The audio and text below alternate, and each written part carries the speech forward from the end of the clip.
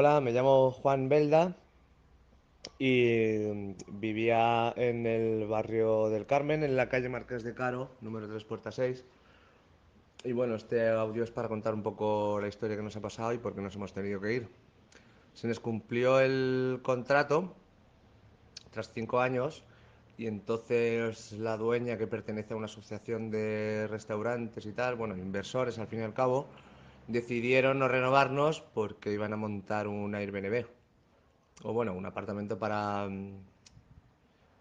extranjeros, y entonces no pudimos negociar que nos subiera el alquiler ni nada de eso. Entonces no nos quedó otra que estar buscando piso por el barrio del Carmen, y nuestra sorpresa fue que de unos años para acá estaba imposible.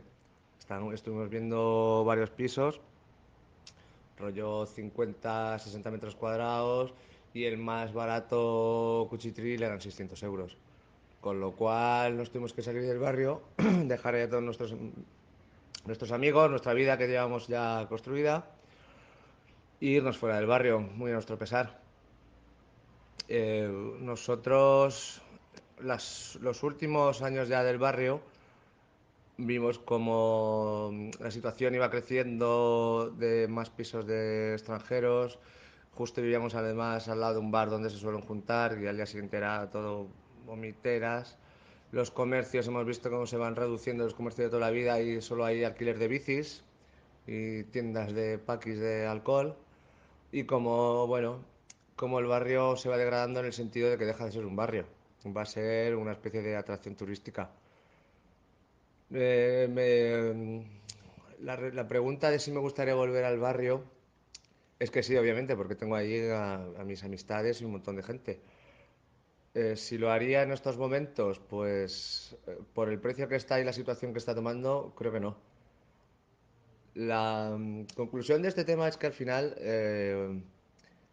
las ciudades se forman por barrios y los barrios lo forman sus gentes.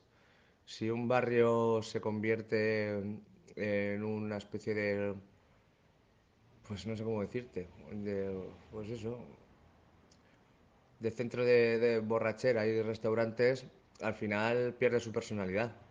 Eh, Deberíamos luchar en contra de esto y que no dejemos que el Carmen muera poco a poco.